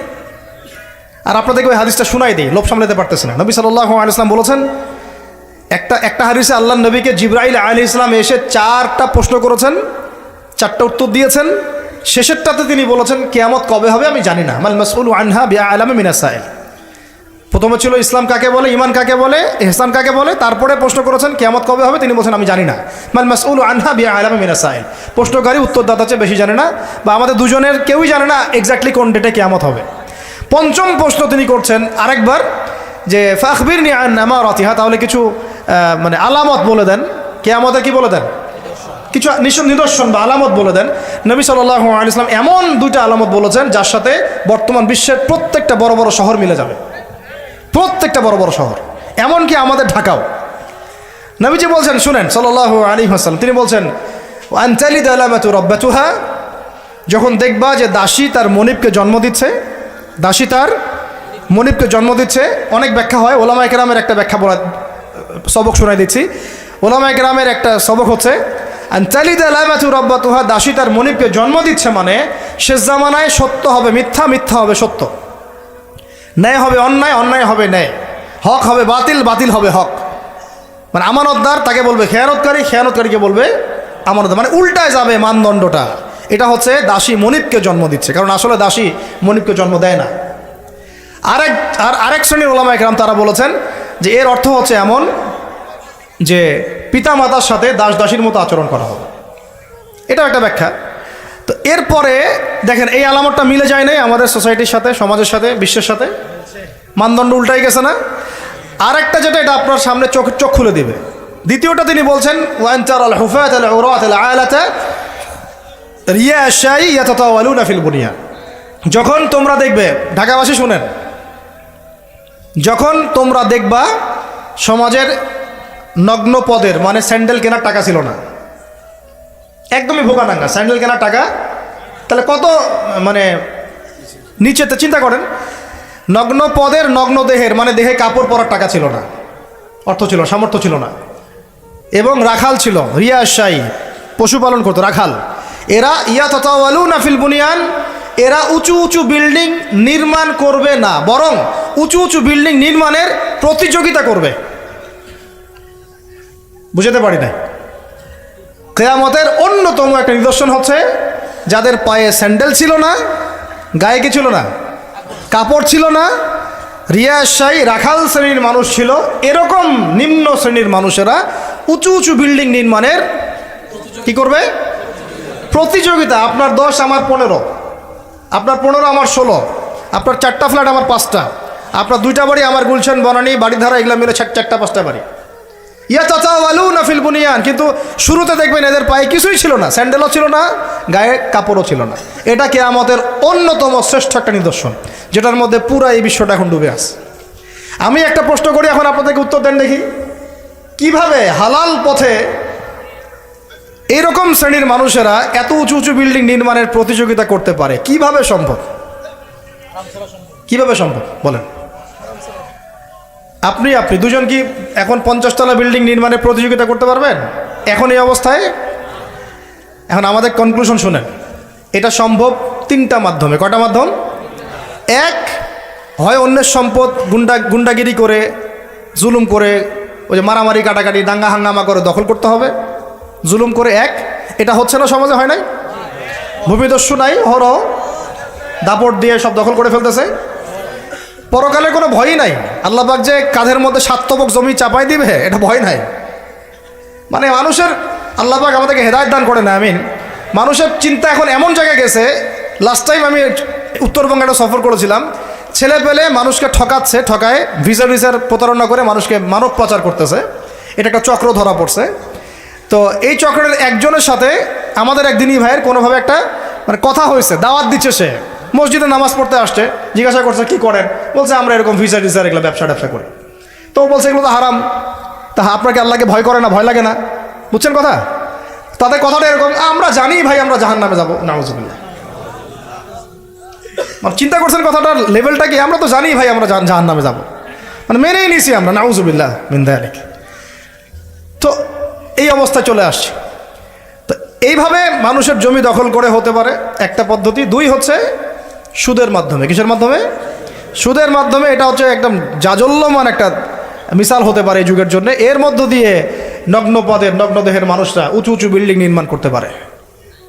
প্রত্যেকটা বড় বড় বিল্ডিংয়ের পিছনের ইটের পিছনে, প্লাস্টারের পিছনে, একেবারে রডের পিছনে সুদ আছে আর সুদ আছে। এমনকি আমি ধরেন যে একটা জায়গায় ভাড়া থাকি, ফ্ল্যাট নিয়ে একটা ভাড়া থাকি, ওই ভাড়া তো আমাকে দিতে হচ্ছে না, ওই ভাড়া হয়তো দেখা যাবে ফ্ল্যাট মালিকরা যারা আছে ওরা নিয়ে ওদের সুদের লোন শোধ করতেছে। এটা সেই যুগ হয়ে গেল যে আমি সুদ থেকে বাঁচতে চাচ্ছি, কিন্তু কোনো না কোনোভাবে আমিও জড়াই যাচ্ছি। বুঝতে পারতেছি না মনে হয়? আপনি খাচ্ছেন না, কিন্তু আপনাকে আপনার রিজিককে পুঁজি করে আপনি সমর্থন করতেছেন, বা আপনাকে করতে হচ্ছে, বাধ্য হয়ে যাচ্ছেন আপনি। আরেকটা ওয়ে হতে পারে, সেটা হলো, একটা কি হতে পারে বলেন? আমি তো একটা বলে দিলাম, একটা বললাম অন্যায় দুর্নীতির মাধ্যমে, একটা হচ্ছে কি সুদের মাধ্যমে, একটা হচ্ছে জুলুমের মাধ্যমে। কিসের মাধ্যমে? জুলুমের মাধ্যমে অন্যের সম্পদ আত্মসাৎ করে উঁচু উঁচু বিল্ডিং নির্মাণ করা সম্ভব। তাহলে এখন আমাকে বলেন, এই পুরো সিচুয়েশনের মধ্যে আমরা পড়ে আসি না নাই?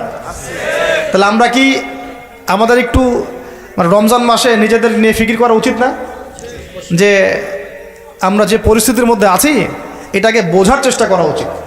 এরপরে যে পাপগুলো চারপাশে চলতেছে এগুলোতে ভয় পাওয়া উচিত। কোন দিন না আল্লাহর গজব নেমে আসে, এখান থেকে নিজেদেরকে বাঁচিয়ে রাখা উচিত, মানে সর্বোচ্চ চেষ্টা করা উচিত দূরে থাকার, এবং একই সাথে এগুলোকে সংশোধনের জন্য ফিকির করা উচিত। এই সংশোধন একা একা হবে না, এই সংশোধনের জন্য দরকার ব্যক্তিগত উদ্যোগ, ওলামায়ে কেরামের পদক্ষেপ, তাদের ঐক্য, মসজিদ মাদ্রাসার ভূমিকা, সর্বোপরি রাষ্ট্রশক্তির একটা ভূমিকার দরকার আছে। আমি বুঝাই একটা জিনিস আপনাকে। এই যে জুব্বাটা আমি পরে আছি, এটা মনে করেন আপনি হাতে তৈরি করেন, হাতে তৈরি করেন। ওই যে টেইলার আছে না আমাদের, হাতে তৈরি করেন পাঞ্জাবি, আর আপনার একটা জুব্বা তৈরি করার ফ্যাক্টরি আছে। উৎপাদন কোনটার বেশি হবে বলেন? যে হাতে হাতে তৈরি করে ও বেশি উৎপাদন করতে পারবে, না যে ফ্যাক্টরি দিয়েছে সে বেশি উৎপাদন করতে পারবে? ইসলামী রাষ্ট্র হচ্ছে এরকম একটা ফ্যাক্টরি, যেটা চাইলে অনেক অনেক বেশি ভালো ভালো প্রোডাক্ট জনগণকে খুব দ্রুত সময় দিতে পারে। আমি দাওয়া দিয়ে যতটুকু না ইসলাম এবং সংশোধন করতে পারবো, একজন ওমরের মতো রাষ্ট্রপ্রধান চাইলে পুরো সমাজটাকে অনেক সহজেই সংস্কার করতে পারবেন ইনশাআল্লাহ। এই জিনিসটার ঘাটতি আছে না নাই? আমরা দোয়া করি আল্লাহ পাক আমাদের প্রত্যেক এলাকার মেম্বার, চেয়ারম্যান, এমপি, মন্ত্রী যারা যারা আছে সবাইকে ইসলামের সহি বুঝ দান করেন, তাদের সবাইকে ইসলামের জন্য কাজ করার তৌফিক দান করেন। তারা যদি সৎ উদ্যোগ নিতে পারে সমাজের এই সমস্যাগুলো কেটে যাবে ইনশাআল্লাহ। আর আমরা বয়ান করে, দাওয়াত দিয়ে, মাহফিল করে কতটুকুই বা আমরা কাজ করতে পারবো? কতটুকু করতে পারবেন? বেশি করতে পারবেন না। আল্লাহ পাক আমাদের সবাইকে এই রমাজানে পরিশুদ্ধি অর্জন করার তৌফিক দান করেন। আর একটা খালি ডিপার্টমেন্ট বলে শেষ করব, আমরা আমাদের ব্যক্তি জীবন তাকওয়ার মানদণ্ডে ঢেলে সাজাবো ইনশাআল্লাহ, আমাদের ইবাদত বন্দেকে ঢেলে সাজাবো ইনশাআল্লাহ, আমাদের অর্থনীতি, পরিবার ঢেলে সাজাবো, সংস্কৃতি ঢেলে সাজাবো। আর সংস্কৃতির মধ্যে আমরা নবীর সুন্নতের বাইরে যাব না ইনশাআল্লাহ। পশ্চিমাদের, ইহুদিদের, মুশরিকদের কোনো সুন্নতের উপর আমল করবো না ইনশাআল্লাহ। তাহলে ঘরে ঘরে কি এখন গান বাজনা বাজবে? তা বন্ধ করবেন। তারপরে ঘরে ঘরে কি স্টার জলসা, জি বাংলা আরও বাড়বে? আমাদের মা বোনদেরকে বুঝাবেন, মাঝে মাঝে কঠোর হবেন। পুরুষ যদি হয়ে থাকেন একটা ধমক লাগাই দিবেন যে দ্বিতীয়বার যেন কথা বলতে না হয়। পুরুষের মতো পুরুষ হয়ে বাঁচেন। বিশ্বাস করেন, এখন কোনো কোনো ক্ষেত্রে ছেলেদের আচরণ দেখলে মনে হয় যে তারা মেয়ে হয়ে গেছে, আর মেয়েদের আচরণ দেখলে মনে হয় ওরাই ছেলে মনে হয়। ওদের কথার ভয়েস, গলার ভয়েস, চলার ধরন, দাপট সব ছেলেদের মতো। আর ছেলেরা কি করে জানেন? ফেসবুকে বসে মেয়েদের মতো চুলাচুলি করে, কামড়াকামড়ি করে, কমেন্টে বসে বসে। মাঠে এসে লড়তে পারে না, কিন্তু মাঠে লড়তে পারবে না, সামনাসামনি আসতে পারবে না। ও ফেসবুকে শেষ, ওইখানে একেবারে গালি গালাজ করে ধুয়ে রেখে দিতেছে একদম। ওই কথাটাই সামনাসামনি বলার মতো বুকের পাঠা নাই, কিন্তু কথা বুঝতে পারছেন? তা আমাদের ছেলেদের গায়রত, ব্যক্তিত্ব ছেলেদের মতো হওয়া উচিত। পরিবারটা আমরা কন্ট্রোল করবো তো ইনশাআল্লাহ। আমার মেয়ে, আমরা বেঁচে থাকতে আমাদের মেয়েরা বেপর্দা বাইরে যাবে না ইনশাআল্লাহ। আমরা বেঁচে থাকতে আমাদের স্ত্রীরা বাইরে বেপর্দা যাবে না ইনশাআল্লাহ। পারা যাবে না ইনশাআল্লাহ। আর মা এবং বাবাদের প্রতি কঠোর হওয়া যাবে না। অনেক পরিবারে মা বাবা কথা শোনে না, আমরা জানি। তখন তাদেরকে বোঝাতে হবে, দাওয়াত দিতে হবে। তাদেরকে তো আপনি শাসন করতে পারবেন না, পারবেন?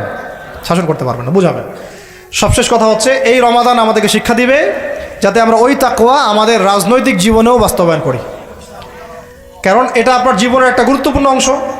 আল্লাহ পাক আপনাকে তৌফিক দিয়েছেন, ক্ষমতা দিয়েছেন, আপনি পলিটিক্স করছেন। এখানে কি আল্লাহ ভীতির কোনো জায়গাই নাই? হ্যাঁ, এখানে আল্লাহকে ভয় করার দরকার নাই নাকি এখানে আমি মানুষকে ভয় করব? কোনটা? আমি কি এখানে চাইলে একটা মানুষের ক্ষতি করে দিতে পারি? একটা মিথ্যা মামলা ধরা দিতে পারি?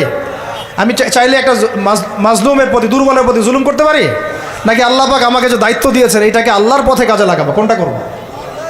এটাই হচ্ছে পলিটিক্যাল লাইফ। আপনারা অনেকে বলেন ইসলাম এক জিনিস, পলিটিক্স আর এক জিনিস, অথচ সূরা বাকারার শুরুর দিকে আপনি পাবেন ওয়াইজ ক্বালা রাব্বুকা লিল মালায়েকা ইন্নী জাঈলুন ফিল আরদি খলিফা। আদম আলাইহিস সালামকে আল্লাহ পাক দুনিয়াতে পাঠিয়েছেন আল্লাহর কি হিসেবে? খলিফা হিসেবে। খলিফা কে? যে আল্লাহর খেলাফা বাস্তবায়ন করে সে। আল্লাহর খেলাফা কি? আল্লাহর বিধান অনুযায়ী সমাজ চালানোই হচ্ছে আল্লাহর খেলাফা। বুঝাতে পারলাম না? আদম আলাইহিস সালাম কি হিসেবে এসেছেন? উত্তর, খলিফা হিসেবে। খলিফা কাকে বলে? যে আল্লাহর খিলাফা বাস্তবায়ন করে। আল্লাহর খিলাফা কি? আল্লাহর বিধান দিয়ে আল্লাহর জমিন শাসন করা, এটাই খিলাফা। তাহলে ইসলামে পলিটিক্স নাই? শুরুতেই তো পলিটিক্যাল কনসেপ্ট পাচ্ছেন আপনি। আমরা সবাই আল্লাহর খলিফা নই? আমরা সবাই কি আল্লাহর খলিফা না? আল্লাহর খলিফা হিসেবে আমাদের দায়িত্ব কি? শয়তানের বিধান বাস্তবায়ন করা না আল্লাহর বিধান বাস্তবায়ন করা?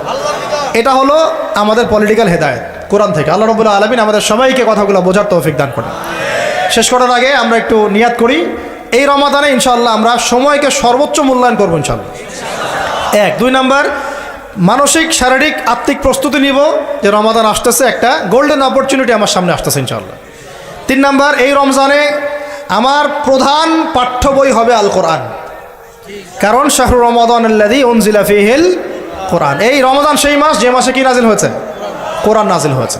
তো আল্লাহ পাক আমাদের সবাইকে রমজান মাসে বেশি বেশি কোরআন তেলাওয়াত করার তৌফিক দান করেন, কোরআনের অর্থ পড়ার তৌফিক দান করেন, এর আদেশ মানার তৌফিক দান করেন, এর নিষেধ ছাড়ার তৌফিক দান করেন, কোরআনের দাওয়াত মানুষের কাছে পৌঁছানোর তৌফিক দান করেন। এবং কোরআনের সমাজ বাস্তবায়নের তৌফিক দান করেন। 4 নাম্বার হচ্ছে রমাদান মাসে আমরা একেবারে ভরপেট খাবো না ভাই, ঠিক আছে ভাই? নিয়াত করলাম তো ইনশাল্লাহ। পুষ্টিকর খাবার, পরিমিত খাবার এবং ফ্রেশ খাবার। পুষ্টিকর খাবার, পরিমিত খাবার এবং ফ্রেশ খাবার। এর বাইরে গেলে আপনি ফিজিক্যালি দুর্বল হয়ে যাবেন, যে আমরা দুর্বল হয়ে গেছি এখন এই ভেজাল খাইতে খাইতে। প্রতিদিন আমরা বিষ খাচ্ছি, বিষ। কেমনে যে আমরা বাইচে আছি আল্লাহই ভালো জান, সিরিয়াসলি বলতেছি। খাবারের যে অবস্থা, কেমনে যে আমরা বাইচে আছি আল্লাহই ভালো জান।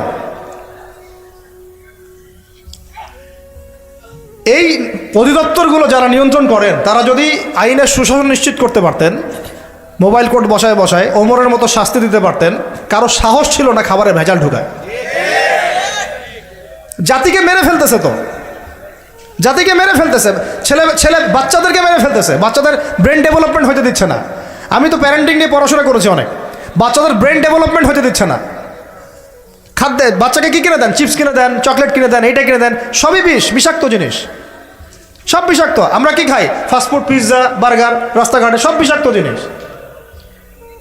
চাল ডাল তেল লবণ যা যা খাচ্ছেন, মশলা, এর মধ্যে দেখবেন মিশাই দিছে ইটের গুঁড়া, ভুসি। এটা নিয়ে আমি আলাদিন কথা বলবো ইনশাআল্লাহ, অর্থনীতি নিয়ে। মানে এমন একটা অবস্থা যে নতুন করে ইসলামী অর্থনীতি প্রতিষ্ঠা করতে হবে এখন মনে হচ্ছে। আপনারা ব্যবসা করার নিয়ত করেন, হালাল পণ্যের ব্যবসা করেন, মানুষকে ভালো কিছু খাওয়ান, ভালো কিছু দেন, দেখবেন জাতি বাঁচবে ইনশাল্লাহ, এবং আপনারও কাস্টমার বাড়বে ইনশাল্লাহ। কারণ আমরা সবাই ফ্রেশটাই তো চাই, 10 টাকা বেশি দিয়ে হইলেও সেটাই কিনবো ইনশাল্লাহ আমরা। আল্লাহ পাক আমাদেরকে রমজান মাসে পরিমিত খাবার তৌফিক দান করেন, পুষ্টিকর খাবার খাওয়ার তৌফিক দান করেন এবং বেহিসাব রিজিক দান করেন, আমিন। 5 নাম্বার হচ্ছে রমজানে আমরা তারাবি সালাত জামাতে পড়বো ইনশাল্লাহ। রাকাত সংখ্যা নিয়ে গন্ডগোল হবে তো জানি, আমাদের কথা আমরা বলে দিচ্ছি। তারাবির নামাজ 1 নম্বর জামাতে পড়বো, 2 নম্বর 20 রাকাত পড়বো। কেউ যদি বলে আমি কম পড়ি, বলবেন ওকে পড়েন, কোনো সমস্যা নেই, আপনি পড়েন, কোনো সমস্যা নেই। কেউ যদি বলে আমি আরও বেশি পড়ি, পড়েন, সমস্যা নেই, 40 রাকাত পড়েন আপনি, কোনো সমস্যা নেই। আমরা 20 রাকাত পড়ি, জামাতে পড়ি, কিন্তু সমস্যা তখন হবে যখন আপনি বলবেন আমাদের 20 রাকাতটা বেদাত। যদি এই কথাটা বলেন তাহলে সমস্যা হবে। জামাতে সালাত পড়বো ইনশাল্লাহ, তারাবি সালাত, খতমে কোরআন পড়বো ইনশাল্লাহ, এবং চেষ্টা করবো 20 রাকাত পড়ার ইনশাল্লাহ। কেউ যদি বলে এটা বেদাত, তখন আমাদের সাথে বসায় দিবেন, ওলামা ইকরামের সাথে বসায় দিবেন। মনে রাখবেন, উসমান রাদিয়াল্লাহু আনহু যদি 2টা আজান দিতে পারেন জুমার, আমি আবু তো আদনানে দিতে কোনো সমস্যা নাই। ওমর ইবনে খাত্তাব যদি 20 রাকাত তারাবি পড়তে পারেন নিজে, আমার মতো হাজার হাজার মানুষের পড়তে কোনো সমস্যা নাই। কারণ আমরা সাহাবীদের চেয়ে বেশি দিন বুঝি না। মা আনা আলাইহি ওয়া আসহাবি আল ইয়াউমা আলাইকুম বিসুন্নতি ওয়া সুন্নতি খুলাফায়ে রাশিদিন মাহদিয়িন মিন বা'দি। এই হাদিসগুলো শোনাই দিবেন। আল্লাহর রাসূলের সুন্নাহও যেমন আমরা ফলো করব, সাহাবীদের সুন্নাতও ফলো করতে হবে। কথা বোঝা যাচ্ছে কি? সাহাবীরা হচ্ছে মানদণ্ড আমাদেরকে, নবীকে পাওয়ার মানদণ্ড কারা? সাহাবীরা। সোজা কথা, এটা নিয়ে তো বাহাসের কিছু নাই। সাহাবীদেরকে বাদ দিয়ে আপনি নবীকে মানতে পারবেন কিভাবে বলেন কথা? আব্দুল্লাহ বিন ওমর, আব্দুল্লাহ বিন মাসউদ রাদিয়াল্লাহু আনহু আজমাইন, আবু বকর, ওমর, ওসমান, আলী রাদিয়াল্লাহু আনহু আজমাইন, তাদের চেয়ে কি আমরা ইসলাম বেশি বুঝবো? কখনো এটা সম্ভব? তাদের মধ্য দিয়ে আমরা নবী সাল্লাল্লাহু আলাইহি ওয়াসাল্লামকে অনুসরণ করব, ব্যাস, সিম্পল। এটা হলো খয়রুল কুরুন। আল্লাহ পাক আমাদেরকে কথাগুলা দিলের কান দিয়ে বোঝার তৌফিক দান করেন। 6 নম্বর কথা হচ্ছে ভাই, রমজান মাসে বেশি বেশি মানুষকে ইফতার করাবেন, রাজি আছেন তো ইনশাল্লাহ? 7 নম্বর, রমজান মাসে সমস্ত ফরজিয়াত আদায় করব, স্পেশালি নামাজের সাথে জাকাত। নামাজের সাথে ওই যে ব্যবসায়ীদের কথা তো বলছিলাম, বহু ব্যবসায়ী আছেন আপনারা, মিলসের মালিক, ফ্যাক্টরির মালিক, ইন্ডাস্ট্রির মালিক, জাকাত দেন না। হিসাব করে বের করেন জাকাত কত টাকা। একজনের জাকাত দিয়ে একটা গ্রামের মানুষকে খাওয়ানো যাবে?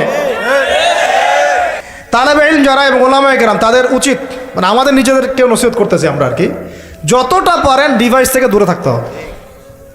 নাহলে কোরআন ভুলে যাচ্ছি, হাদিস ভুলে যাচ্ছি, এটাও একটা এজেন্ডা হতে পারে। আল্লাহ পাক আমাদেরকে বোঝার তৌফিক দান করেন। কটা বলছি? 7টা নাকি? আর 3টা বলি। 3টা কাজ করবেন রমজান মাসে। সেটা হচ্ছে রমাদান মাসে যদি সম্ভব হয়, আল্লাহ পাক যদি সুযোগ দেন, যদি সম্ভব হয় বাইতুল্লাহ জিয়ারত করে আসতে পারেন, আল্লাহ পাক তৌফিক দান করেন। আর এখানে এই রমজান মাসে উমরা করার একটা ব্যাপক ফজিলত আছে। আল্লাহ রাব্বুল আলামিন আমাদের সবাইকে জিয়ারতের তৌফিক দান করেন, এবং যারা এখনও সামর্থ্যবান হন নাই, সামর্থ্য আল্লাহ পাক দান করেন। যারা নিয়াত করেছেন, আল্লাহ পাক তাদেরকে হজ্জে মাবরুর করার তৌফিক দান করেন। আল্লাহ রাব্বুল আলামিন তার ঘরে আমাদের সবাইকে হজ করার তৌফিক দান করেন। এবং হজ করার মতো করার তৌফিক দান করেন। 9 নম্বর হচ্ছে রমজান মাসে আমরা ফরজের পাশাপাশি নফল সুন্নত মোস্তাহাব আমলে গুরুত্ব দিব ইনশাআল্লাহ। শুধু ফরজের উপর থাকবো এটা না, নফল সুন্নত মোস্তাহাব বেশি বেশি বাড়াই দেবো ইনশাআল্লাহ। প্রত্যেকটা কাজ করার আগে দেখবো সুন্নাহ মাফিক হচ্ছে কিনা। এই কাজগুলোর শক্ত করে ধরার জন্য রমজান হচ্ছে শ্রেষ্ঠ মৌসুম, আল্লাহ পাক তৌফিক দান করেন, আমিন। আর শেষ কথা হচ্ছে রমাদান মাসে রোজা রেখে আমরা যেমন হালাল ছেড়ে দিয়েছি, সারা বছর আল্লাহ পাকের সমস্ত হারাম থেকেও দূরে থাকবো ইনশাআল্লাহ। এটাই রমজানের মূল শিক্ষা। মূল শিক্ষাটা কি জানেন? রমজান মাসে রোজা রেখে যে আমরা হালাল ছেড়ে দিয়েছি, এটা যেন সারা বছর অব্যাহত থাকে, সারা বছর যেন আমরা হারামে লিপ্ত না হয়। রোজা রেখে হালাল ছেড়ে দিয়েছি না, খাওয়া পান করা স্ত্রী সহবাস ছেড়ে দিয়েছি না, রোজা রেখে হালালও ছেড়ে দিলাম, সেই রোজাদার কি হারামে যেতে পারে? বলেন, সেই রোজাতে কি রোজা রেখে তাহলে মেয়ের সাথে কথা বলতে পারে, সুদ খাইতে পারে, ঘুষ খাইতে পারে, জেনা করতে পারে?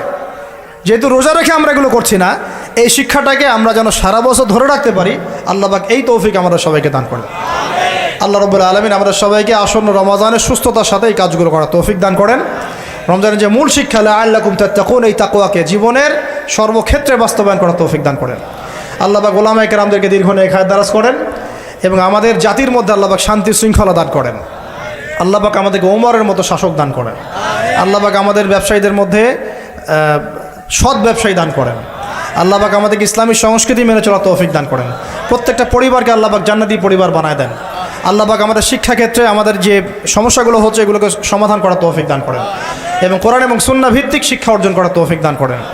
সর্বোপরি রমাদান মাস যে বার্তা নিয়ে আসে, আত্মশুদ্ধির বার্তা, এই আত্মশুদ্ধি যেন আমরা সবাই রমজান মাসে অর্জন করতে পারি এবং সারা বছর ধরে রাখতে পারি, আল্লাহ পাক সেই তৌফিক আমাদের সবাইকে দান করেন, আমিন।